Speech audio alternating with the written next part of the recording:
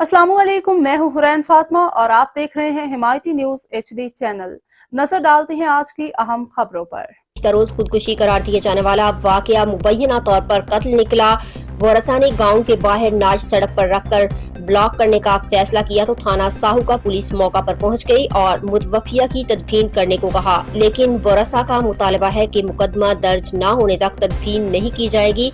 नवाही गांव 293 EB की रिहायशी शीन की दरख्त से लटकती हुई नाश मिली तो पुलिस ने नाश को तहवील में लेकर अस्पताल मुंतकिल कर दिया और तफ्तीश शुरू कर दी और सोशल मीडिया पर उसे खुदकुशी करार दे दिया गया।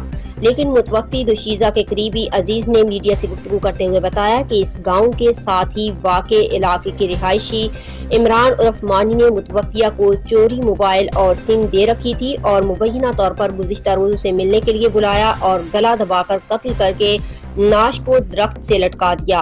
मुतवफ़्फ़िया का मोबाइल फोन गायब कर दिया गया, जबकि वाक़े की वजह मुलजिम की जानिब से मुतवफ़्फ़िया को दिए जाने वाला धोखा बताया जाता है। मुतवफ़्फ़िया ने मुलजिम को शादी के वादा पर अमल दरामद के लिए इसरार किया तो मुबैना तौर पर नतीजतन उसे जिंदगी से हाथ धोना पड़े।